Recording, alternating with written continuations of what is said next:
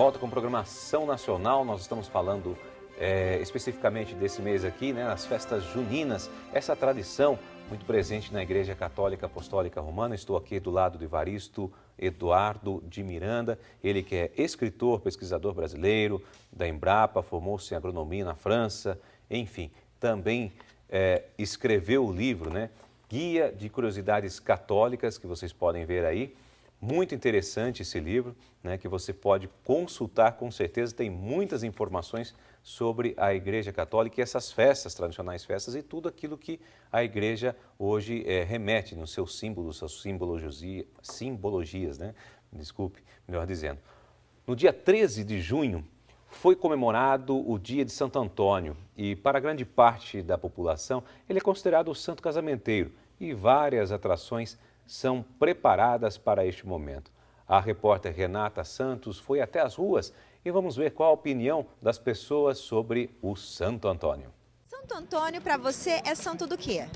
Santo casamenteiro, né? Que nego dizem, né? E Santo Antônio para você é santo do quê? É o santo casamenteiro, né? Assim diz o pessoal mais antigo. Já pediu uma noiva para ele ou não?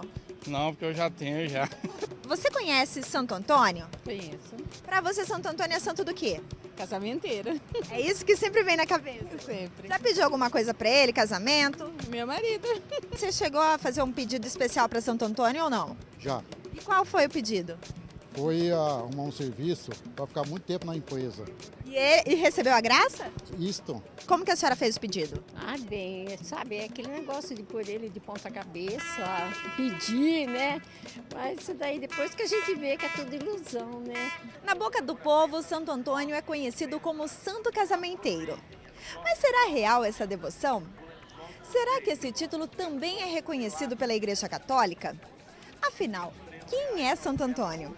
É isso que nós vamos saber agora. Santo Antônio, não há nada especial na vida dele. Ele sempre foi solteiro, nunca casou, não consta que tivesse namorado, nada. Então, assim, olhando a vida dele, não há nenhuma razão histórica que se possa comprovar que ele está ligado de alguma forma ao casamento. Ele foi um homem que viajou muito por outras partes da Itália, no sul da França, foi um grande pregador, então era realmente um missionário de grandes conhecimentos. Para esses fiéis, Santo Antônio não tem nada de casamenteiro, e sim um significado bem especial. Tenho muita fé, toda vez eu venho aqui, eu peço com muita fé, converso com ele, seguro na mão dele, converso.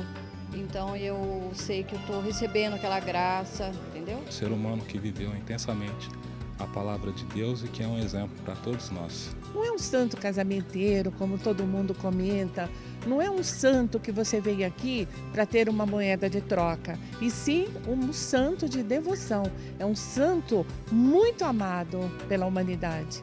E eu não sei se ele ficar triste, deve estar muito triste vendo as pessoas que fazem dele aí um motivo de superstição.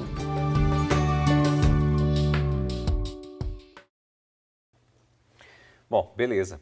Muito legal a opinião das pessoas aí e também do padre que está falando a respeito de Santo Antônio. Mas, Evaristo, vamos falar um pouquinho sobre esse santo. Se fala-se muito que Santo Antônio, então, é um santo casamenteiro. Isso foi se criado dentro da igreja, mas ele realmente é ou não é? Como é que é isso? Ele é um santo casamenteiro e quem quer encontrar mesmo alguém, né, para cumprir o primeiro mandamento da lei de Deus, o primeiro mandamento da Bíblia é: o homem deixará o seu pai e a sua mãe, se unirá à sua mulher e serão numa só carne. E ele está muito envolvido com isso. Na época de Santo Antônio, as moças precisavam de dote para casar e não tinham dinheiro. Então as pobres não casavam, só rico casava. As pobres ficavam encostadas. Ele mudou a legislação, a gente tem os documentos disso. Ele alterou a lei para que não houvesse mais essa exigência de dote para as moças pobres. Então ele viabilizou que elas casassem. Então a fama dele não é que veio do nada. Ele agiu. Então foi por causa disso, né? Ele fez esse trabalho, vamos dizer assim, naquela época que era muito rígido isso, né? Isso. Mas por que ele fez isso? Porque ele acreditava no casamento e na importância do casamento para elas, né? Então é porque ele acreditava mesmo e tinha uma grande sensibilidade a isso que a gente não vê na vida de outro santo que ele é mesmo um santo casamenteiro, e é a ele que as pessoas devem se dirigir, ao exemplo de vida dele. Eu acho que está certo. Quem está querendo casar e está com dificuldade pode falar com Santo Antônio, né? Mas ele nasceu em Portugal, é o Santo Antônio de Lisboa, né? Para os portugueses, Santo Antônio de Lisboa. Que se chamava Fernando. Originalmente. Ele mudou de nome, ele entrou primeiro numa ordem religiosa, depois ele mudou e adotou esse nome Antônio, que quer dizer antus novos, quer dizer flor nova, que nem antúrio a flor, né? Ou antúrio, uma planta. Antus nova. Antônio quer dizer flor nova, nova floração. Ele foi um grande pregador. Deixou mais de 2.000 páginas, é doutor da igreja, escreveu muito.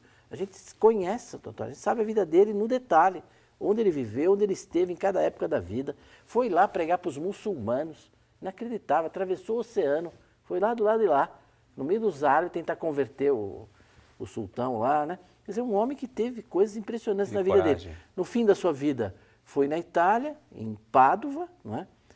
Onde ele faleceu, e para os italianos, Santo Antônio de Pádua. Eu tive a ocasião tanto de estar em Pádua lá, como estar também onde ele fez o seu caminho ali em Lisboa, uma igrejinha, é muito bonito. Ele é muito querido, né?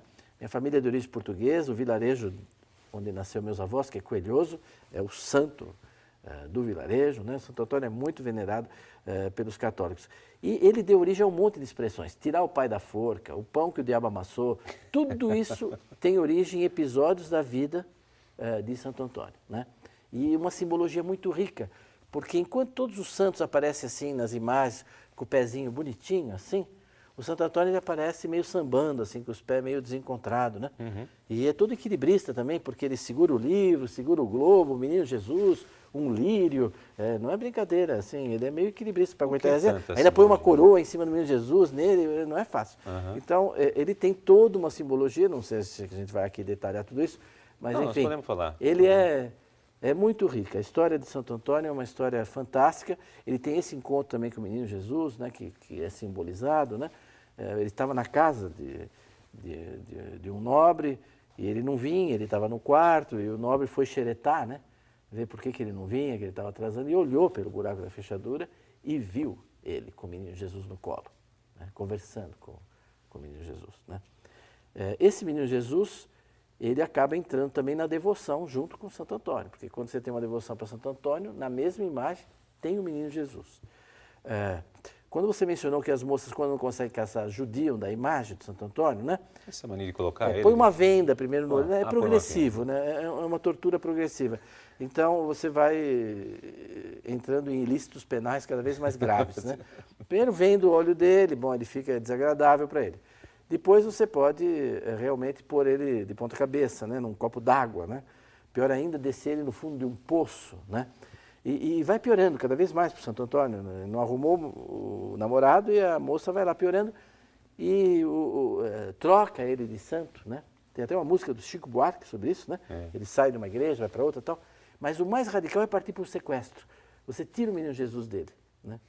Aí Nossa Senhora fazendo pressão, cadê o menino Jesus? A moça, cadê meu namorado? Imagina a situação que ele fica, cadê o menino Jesus? A ponto que nas imagens antigas de Santo Antônio no Brasil, a madeira do santo não era a mesma do menino Jesus. Você fazia com uma madeira, por exemplo, X, Santo Antônio, não tão nobre, e trazia um pedacinho de oliveira e fazia a imagem do menino Jesus nessa madeira. E ela é móvel. Aí, vale muito quando você acha um Santo Antônio que o menino Jesus sai, assim que você tira ele vale muito.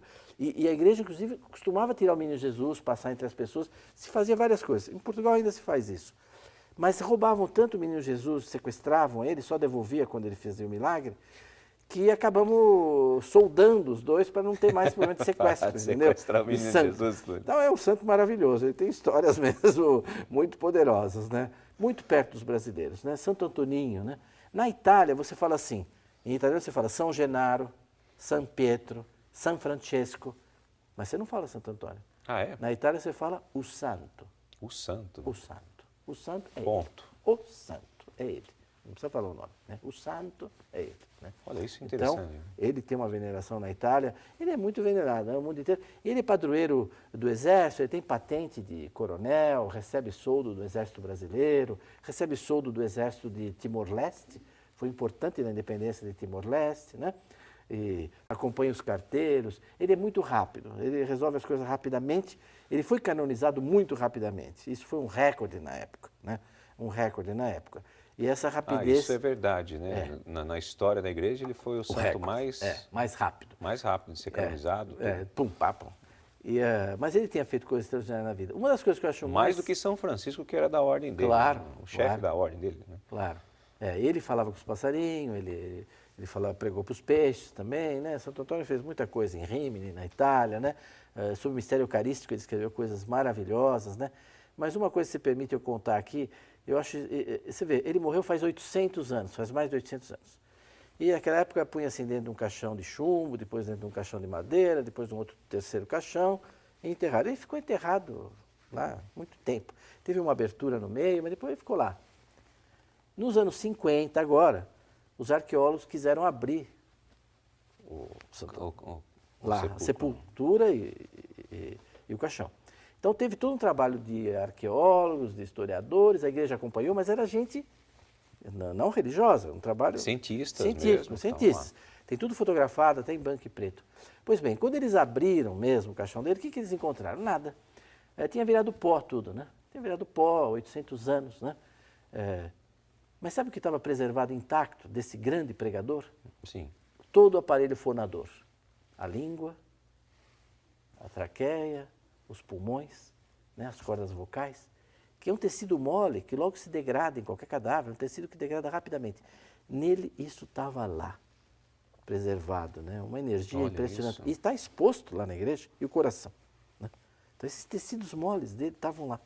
Né? Que, na verdade, era para ter decomposto no meio do não foi caminho. e passou, só viemos ver agora isso daí, né? E viemos ver, então, que, bom, ele subia nas árvores para pregar, ele era baixinho, né? Então, todo mundo queria ouvir, então ele subia nas árvores, foi um grande pregador. O maior pregador da história da igreja, né? O maior pregador da história da igreja é ele, esse doutor da igreja. Que bom. Bom, esse é o Programação Nacional. Se você quiser enviar a sua sugestão, suas dúvidas, pode mandar um e-mail para nós, açãonacional@rs21.com.br. Nós estamos falando hoje aqui sobre os símbolos juninos, as festas juninas. Nós vamos para um rápido intervalo e voltamos daqui a pouco.